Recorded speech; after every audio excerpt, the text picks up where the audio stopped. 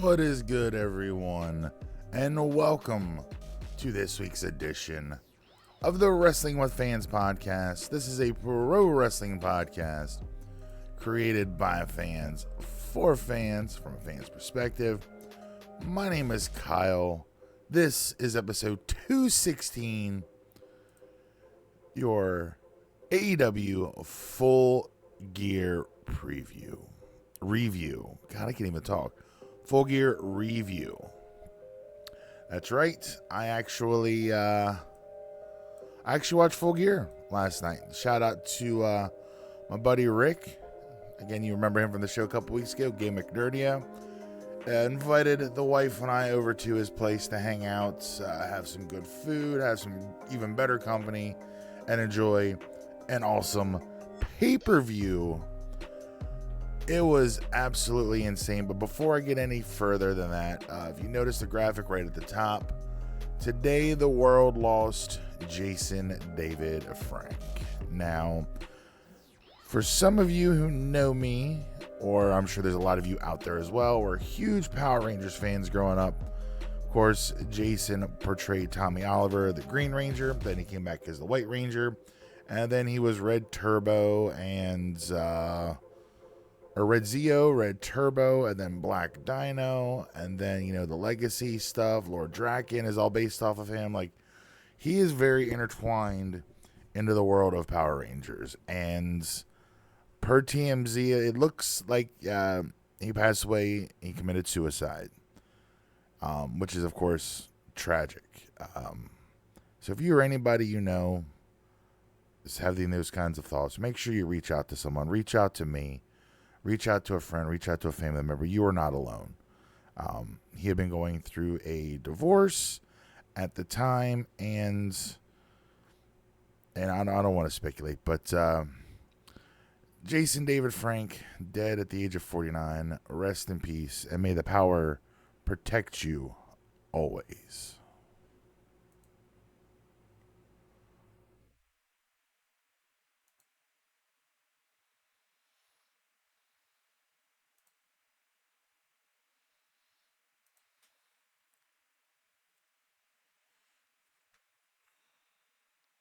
Let me just interrupt myself here for a quick moment. First off, thank you for checking out Wrestling with Fans here on YouTube. If you're enjoying what you see, make sure to leave a big old thumbs up and click that subscribe button down below. The other ways you can help support the show is to follow us across all of our other social medias. Check us out, facebook.com/Wrestling with Fans. Hulk smash that like button to keep up to date with everything going on here with Wrestling with Fans. Or you can follow us on Instagram and TikTok at Wrestling with Fans. Check us out on the web at WrestlingWithFans.com. New audio shows go up every single Sunday at midnight. Or you can take us on the go and download us to your favorite podcast listening device. You can get us wherever you get your podcast fix. Just search Wrestling with Fans Podcast. We are on all the major platforms: Apple, Google, Spotify, iHeartRadio, Stitcher. Wherever you get your podcast fix, you can find Wrestling with Fans. Last but certainly not least, comments, questions, feedback, topics you want covered on the show, shoot me an email, wwfshow@gmail.com. Again, that's wwfshow@gmail.com. Links to everything are down in the video description and down below, so make sure you check that out. Without further ado, back to the show.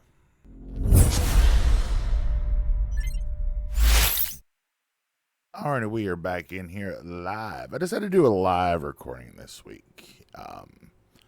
Just because I really have enjoyed getting back into the live streaming type of content. Got a lot of other fun stuff for you as well. But let's dive right into it. AEW Full Gear. It took place last night as I'm recording, November 19th, from the Prudential Center in Newark, New Jersey. And I tell you what, this is the first.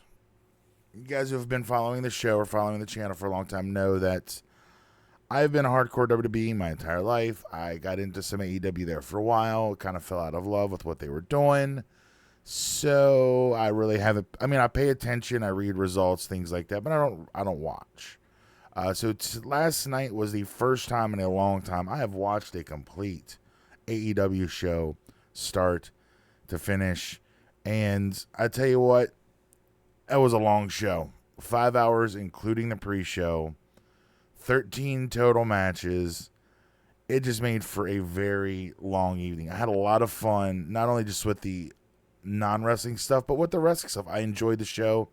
Overall, I thought it was pretty good. There was some really good stuff and some really not so good stuff. So before we start with the main card, let's talk about the pre-show. We got 3 pre-show matches.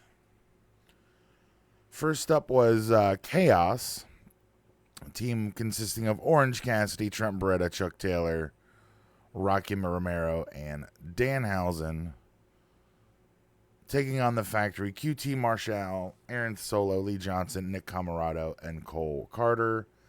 The match goes 11:55, just about 12 minutes. And to be perfectly blunt, I only really knew the Best Friends and Danhausen. I mean, I know who QT Marshall is, but I don't really know anything about him. So over half the people in this match, I had no idea who the hell they were. It was a very comedic style match for me. The return of Danhausen coming out, finally getting in the ring to wrestle. We hadn't seen Danhausen wrestle yet in AEW, so that was cool to see. I think he's very entertaining. I'm hit or miss on pockets, and the rest of them I really got nothing about. The crowd seemed to be okay with it. I guess it's, if you're going to put this anywhere in this massive card, putting it the first match you get on the pre-show is probably a good place for it to go. So, it is what it is. It was on the card and it was there. We get a run back in match number 2 on the pre-show of the AEW World Championship Eliminator Tournament semifinals. Ricky Starks defeating Brian Cage in 10 minutes. Again, I thought it was a pretty fun match. Brian Cage is just an absolute monster. Ricky Starks, I didn't really know a lot about him. I mean, I knew who he was. I was really impressed by what I saw. I thought it was a fun, entertaining match. Ricky Starks could be, big time player in the next few years, in AEW and the world of professional wrestling in general. Thought it was a great match. The match goes 10 minutes even. Ricky Starks is supposed to face, and I'm trying to remember all of this stuff because, again, I don't watch AEW, so I'm way behind on all the ins and outs, but he was supposed to have wrestled someone, Ethan Page, who got pulled for an injury, so now they're going to wrestle on Dynamite this coming week, I believe, for the finals of the Eliminator Tournament, so that should be interesting to watch. You can check that out on Wednesday on TBS now. Yeah, TBS. And the third and final match on the pre-show saw Eddie Kingston defeating Yun Akiyama. Match goes 10.5 minutes. Kingston picking up the win via pinfall.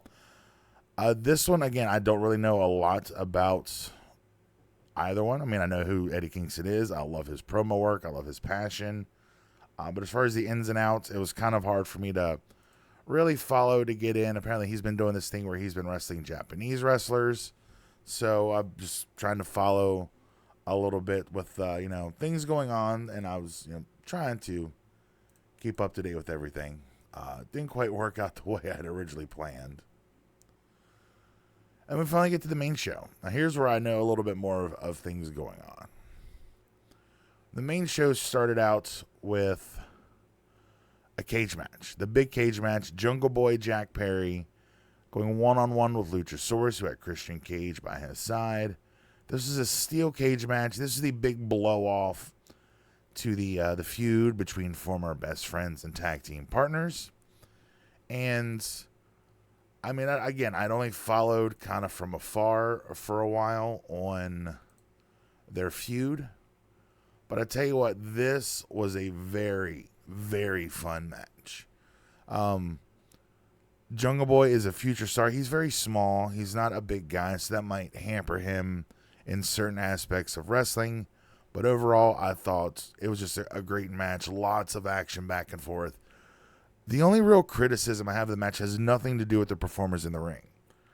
The only criticism I have for the match is the cage itself. Now, from my understanding, the way Ricky was trying to explain it looked like they had to leave the cage up off the ground so that way you could get the chairs out from under the ring. And by doing so, the cage sat like 6 to 8 inches off the ground. They had to put a riser underneath the steps.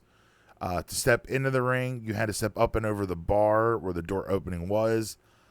I am not a fan of the aesthetic of the AEW steel cage at all.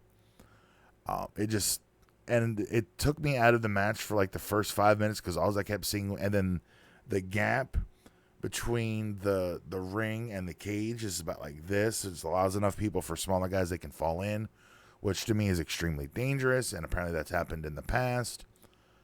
But again, the visuals kind of took me out of the early parts of the match. But the match itself way more than made up for it. It was such a phenomenal match. Great opener. Jungle Boy picking up the win with the snare trap at 18 minutes and 40 seconds. Then we get an interesting one here. We have the 6-man tag team match for the trios titles. Your trios champions, Death Triangle, Pac, Pentagon Jr., Penta El Cerro Miedo, and Rey Fenix, the Lucha Brothers, defending against the returning Elite, Kenny Omega, and the Young Bucks. But for all you Cornette listeners out there, that's Twinkle Toes, McFingerbang, and the Hardly Boys, for those keeping score at home. Now, I don't really need to speak much more on my thoughts on the Elite. I've kind of made that pretty clear throughout the lifetime of the show. Apparently they were trying to copyright the name Wayward Sons for wrestling, but apparently they dropped it not long after. They did come out to the Kansas song "Carry On My Wayward Son," and for me, like, it didn't fit their entrance. It was kind of a little weird for me, but again, wrestling is subjective. I thought it was a little weird. Didn't think it really fit them very much, but seemed a lot of people loved it. I've seen a lot of people on TikTok like it. I've seen a lot of people on YouTube and Facebook, commenting on it. I've really liked, them coming out to that music. As far as the match itself, I love. This is really. I'm trying to figure out the right way to word this so it makes sense, because it makes sense in my head, but coming out of my mouth, it might not make sense. I am not a fan of the Young Bucks and Kenny Omega's styles of matches. I'm not a big fan of the spot monkey. It's move, move, move. They are very good at doing moves. They are very good at doing a lot of moves in order. And I made this comment last night to my friends. I was like, look, when they're in the ring wrestling this style of match, it looks like choreographed dancing. It doesn't look like 2 people, 4 people, whatever. It doesn't look like guys in the ring trying to win a wrestling match. It looks like they're in there doing choreographed moves. And I think that's where my anti-Young Buck stance comes from. It's nothing against them. I really enjoy watching them on being the Elite. Kenny Omega is, hit or miss with me sometimes. But, Pac, Pentagon, and Rey Fenix are all extremely talented as well. All 6 guys just completely tore the house down. It's not my style of wrestling, but the crowd was into the whole match. There was some fuck CM Punk chants, Colt Cabana chants, because the crowd's not going to let them forget about that. So that was interesting. The crowd was hyped for the entire match. It was a lot of fun to watch. Again, it was just not my style. And as it turns out, Rey Fenix ended up using the hammer, much to his chagrin, I guess. He kind of apparently been not looking forward to doing the whole cheating thing. Pac eventually convinced him to do it, using the hammer to pick up the pinfall. Again, the match goes 18 minutes and 40 seconds. And later on in the card, later on in the night, we did find out that was actually match 1 in a series of 7. It'll be a best of 7 between Death Triangle and the Elite. So this should be interesting. Again, if this is your style of match, I'm sure you all loved it. It wasn't for me. It was still very entertaining. I was thoroughly sports entertained throughout this match. Moving on to match number 6. For the TBS title, we have Jade Cargill defending against Nyla Rose. The match was fairly short. Actually, the shortest one on the entire card, only going 8 minutes. Jade had an awesome Thundercats Chitara cosplay for her wrestling gear. It looked great, really cool. She came out with Kiera Hogan and Layla Gray. Nyla Rose had Marina Shafir and Vicky Guerrero at her side. Jade Cargill has made a lot of strides. I remember watching a couple of her early matches when I was still watching AEW more regularly. She has made strides to get a lot better in the ring. She's still very green. She had a great partner in there with Nyla Rose. But in the match, it was kind of slow. It was sloppy at times. This was my least favorite match on the entire card. And that's saying something because a lot of people still liked it. I personally just was not one of them. Jade picking up the win via pinfall at 8 minutes even. All right, so let's do something here real quick. Let's take a quick little pause for the calls. So you can see here on the screen, Facebook, YouTube, Instagram, TikTok.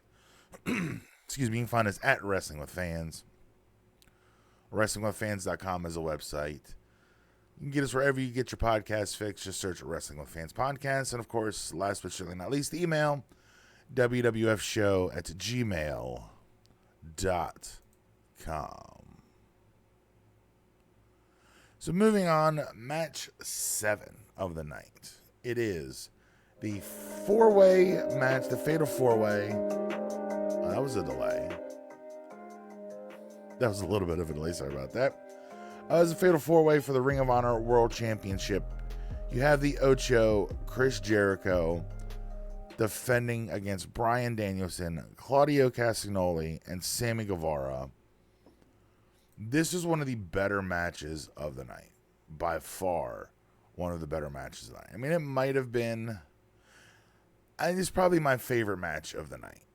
And there's a 1A, 1B, and we'll get to the 1B here in a few minutes. A lot of action to the point where I think they had to be very careful of the timing of different spots just to make sure you're not drawing people's attention away where, in the arena, you can kind of watch, you see a little wider angle of it depending on where you're sitting, and you could probably follow it a little bit better. On TV, they only have basically one camera angle. I mean, they have multiple cameras, but they're really only showing one camera angle the entire time. You had a little back and forth with Jericho and Sammy Guevara throughout the match. Brian, every wrestler looked at some point like they were going to win the Ring of Honor title. I don't think there was a spot where there wasn't any near falls. I think everybody got at least a couple of near falls in the match, which I thought was great. Lots of action. Chris Jericho ultimately picking up the win to retain the Ring of Honor World Championship. The Ocho retains at 21 and a half minutes. And again, this is like 1A, 1B. This is probably 1A for me for best match of the night. A lot of fun. I really, really enjoyed it.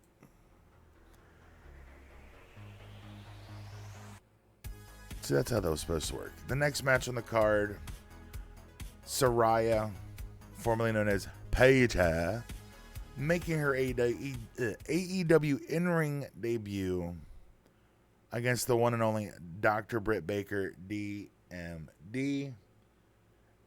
Again, this was an interesting match. It was an interesting match for me because I was a big fan of Paige when she was in WWE. I'm a huge fan of Mrs. Adam Cole, Bebe, Dr. Britt Baker, DMD. But I don't think they really had a lot of good chemistry in the ring. Like, just something felt off. Now, I don't know if that was the fact that perhaps they've never, been able to work in the ring. I'm sure they probably got some time in, off screen, obviously. Wink, wink. It could be the ring rust that Saraya has, not being able to wrestle in, 7-8 years, however long it's been, whatever the time. I don't know the exact time frame, but it's been several years, 5-6 years at least, that she hasn't been able to compete. She was just recently cleared, signed with AEW. her first match against former world champion Britt Baker, DMD. It just something felt off. It just seemed, and it didn't help either. The match goes 12 and a half minutes. Saraya picking up the win via pinfall. I don't know if it was just too long of a match. A couple of the people I was with were predicting it was going to be a straight up squash. I wasn't quite sure how that would have worked, but I couldn't imagine they would squash the former world champion Britt Baker. I don't know, just something felt off. Just something seemed off about the match, and I really can't put my finger on what it was. I'm sure these two will run it back, and I'm sure as Saraya gets more time in the ring, she'll just get back to that level that she was at before. I have no doubt. She's such an awesome talent. But yeah, Saraya wins in her first match back in several years, 12 and a half minutes. Match number 9. We got some beefy boys, the meaty men slapping meat. It was a 3-way match for the TNT Championship. Wardlow, your defending champion, defending against Powerhouse Hobbs and Samoa Joe. Now, Samoa Joe is already a Ring of Honor champion. I'm trying to think of what belt he's holding currently. It is the television title. That's right. Ring of Honor television champion Samoa Joe. And, of course, Powerhouse Hobbs. 3 beefy boys slapping meat. And I made the comment before the match started. I was like, this could either be the best match of the night or it could be a stinker. Because sometimes when you put these big guys in the ring together, it doesn't work. And luckily, these 3 guys can all go in the ring. And it was such an amazing match. I had a lot of fun watching this match. We were split in our predictions between Wardlow and Powerhouse Hobbs. I picked Wardlow. I was like, well, they're not going to give it to Joe because he's already got a belt. I don't know if they've given Powerhouse enough, bill to be able to dethrone Wardlow. And to all of our surprise, the Samoan submission machine, Samoa Joe, wins via technical submission, tapping out Powerhouse Hobbs in 9 minutes and 55 seconds. The second shortest match on the card. And to me, this was match 1B. The 4-way was match 1A. This 3-way was match 1B. It wasn't the longest match, but I tell you what, there was a lot of high spots, a lot of crazy stuff. These guys can move. Excuse me. Really entertaining. I enjoyed it a lot. But again, Samoa Joe, now a 2-time champion. A fun fact, currently in professional wrestling, there are 2 Samoans who are both named Joe, and they are both holding 2 wrestling championships. One being Samoa Joe, and of course the other being Roman Reigns, your tribal chief. Acknowledge him. But we're not here to talk about him now. We're going to stay with AEW, guys. The next match on the card, match 10, was a no disqualification tag team match. Sting and Darby Allin taking on Double J Jeff Jarrett, Jay Lethal, who had Sanjay Dutt and Satnam Singh with him. Sting and Darby get the win in 11 minutes via pinfall. What can I say about Jeff Jarrett? Even at the ripe old age of 55, Jeff Jarrett could still go in the ring pretty good. I'm very impressed with Jeff Jarrett's performance. And even the icon Sting at age 63 still manages to somehow get through these matches. And I think it's smart, too, that they're saving him a lot. They're not having him matches week after week. So I think that's allowed Sting to kind of prolong his career a little bit more, which I think is great. Overall, again, it was a fun match. It wasn't like a this knockdown drag out like match of the year candidate. They did a lot with the no DQ to help protect Sting, to help protect Jeff Jarrett. I'm sure Sanjay Dutt gets involved a few times. Satnam Singh gets involved a few times. Ultimately, the icon and Darby Allin pick up the win. Again, 11 minutes. Sting and Darby Allin are your victors. Moving along, we have the AEW Women's World Championship, the interim championship. Tony Storm, your defending interim champion, taking on Jamie Hayter. The match goes 15 minutes even, and we have a brand new interim women's world champion, Jamie Hayter, shocking a lot of people. All of us predicted Tony Storm to retain, but Jamie Hayter surprised us and a lot of people. The crowd was really behind her, though. The crowd was really behind her. Britt Baker and Rebel also made their appearances in this match, getting involved. The only thing I'll say about this match is it went too long for me. I think they could have probably cut 5 or 6 minutes off this match and still gotten the same effect. There were so many. The last 4 to 5 minutes of this match was nothing but false finishes and interference spots before the ultimate win, by Jamie Hayter. I think they could have there was a while in that match where I'm like, okay, this should just end it. Okay, this is it. No. Okay, this is it. No. And I didn't really like that. I wish it would have went a little bit shorter. I think they could have gotten their same story told in the ring in less time. And that is my only critique of the match. Everything else about the match was great.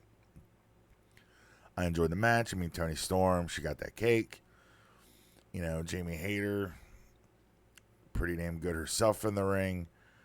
But yeah, the match just went long, and that's the only critique I have about the match. It was great, but I think it could have been a lot shorter. It felt like it was long, and it didn't help either that this is match 11 of 13. We're already 4 hours into this 5-hour total pay-per-view, and I think it was just it could have been a bad spot. Had they switched this with another match, it might not have felt that way. It might have felt a lot better in a different spot on the card. The next to last match was a match I was actually kind of looking forward to. It was for the AEW World Tag Team titles. The Acclaimed, Max Caster and Anthony Bowens, defending against Swerve in Our Glory, Swerve Strickland and Keith Lee. The Acclaimed coming out, Max Caster doing his rap was really fun. He had some good zingers in there on Keith Lee and on Swerve Strickland. Talking about how Adidas is dropping Kanye, brought that up. Death to Twitter. It was good. I was thoroughly enjoying the rap, and he even gave it a little more extended performance. He gave a little extra on top of the normal couple one-liners that he gives. The match goes in 19 minutes 40 seconds, and ultimately at the end, Keith Lee refused to cheat to win, causing him to walk out on Swerve, allowing the Acclaimed to pick up the win.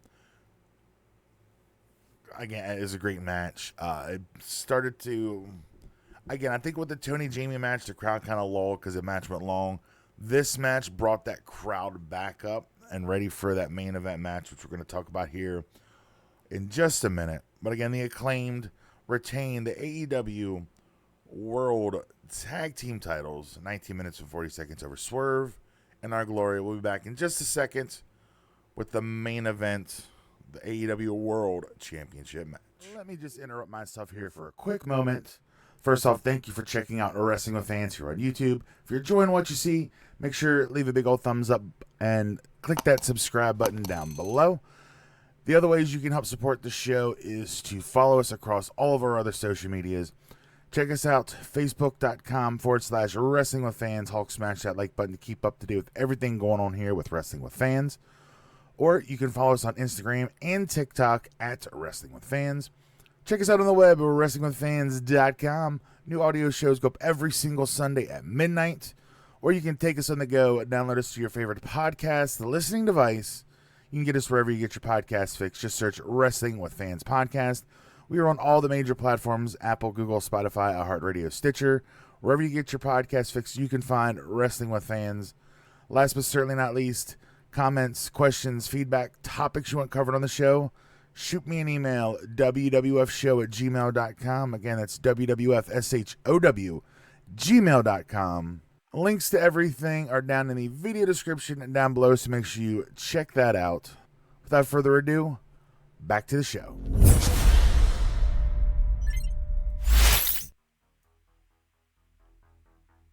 Are you ready? Let's talk. let's talk about the main event. The match everybody had been anticipating for quite a while.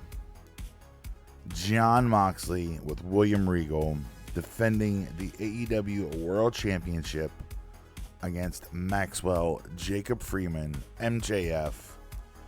And this was actually the cash-in for the Casino Ladder Poker Chip that MJF won at the last pay-per-view, or the pay-per-view before that. Whenever he did the return, when he was the Joker.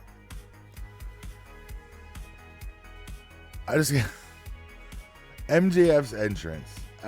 I really, really hope that was a plant in the crowd, because otherwise there's going to be a lot of unhappy people on the internet when the non-wrestling fans see it. He sees this large-breasted woman there next to the railing, walks up, just looks down and says, "Do you mind?" And she said, "Yeah," and he went down, just straight up motorboated her.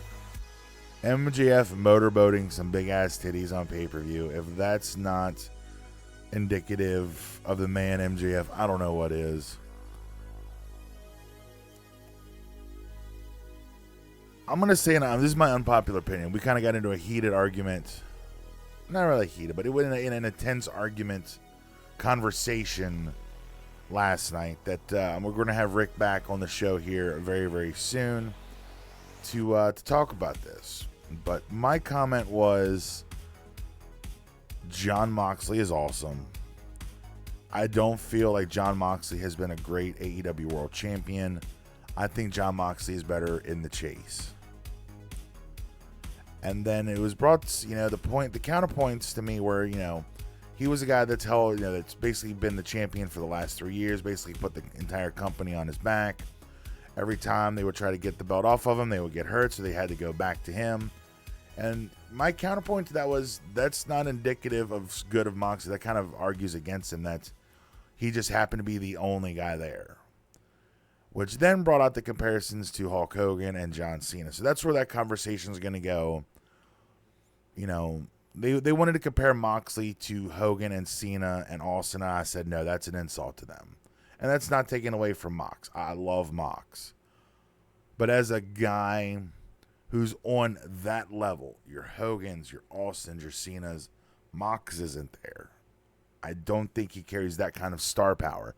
Now, in the hardcore, internet wrestling community, yes, Moxley is probably the higher than all of those other guys. No doubt. I have no doubt that in, certain circles, Mox is on the level above them at this point. I think it's also indicative of the fact that AEW just didn't have anybody else. Like, that's not, a notch on Mox's belt because they didn't have anybody to put the belt on. That's a knock at AEW for not having anybody at that level, at, world title level, to put the belt on. But again, we'll save that discussion for another time. The match itself was great. A lot of back and forth action. William Regal, of course, at ringside. Let's skip to the end here. We'll keep this podcast a little bit on the shorter side this week, again, since I'm going solo. But at the end, MJF goes to put the ring on. William Regal talks him out of it. MJF tosses the ring outside.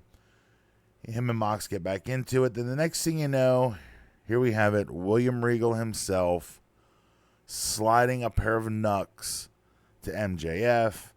MJF uses the knucks on Mox, pins him 1, 2, 3, and we have a brand new AEW World Heavyweight Champion. MJF defeats Jon Moxley in 23 minutes and 15 seconds to close out the show.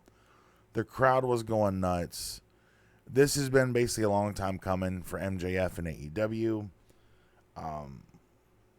They had another media scrum after, but we're not going to talk about that. It wasn't like all-out brawl-out. This was a little more subdued.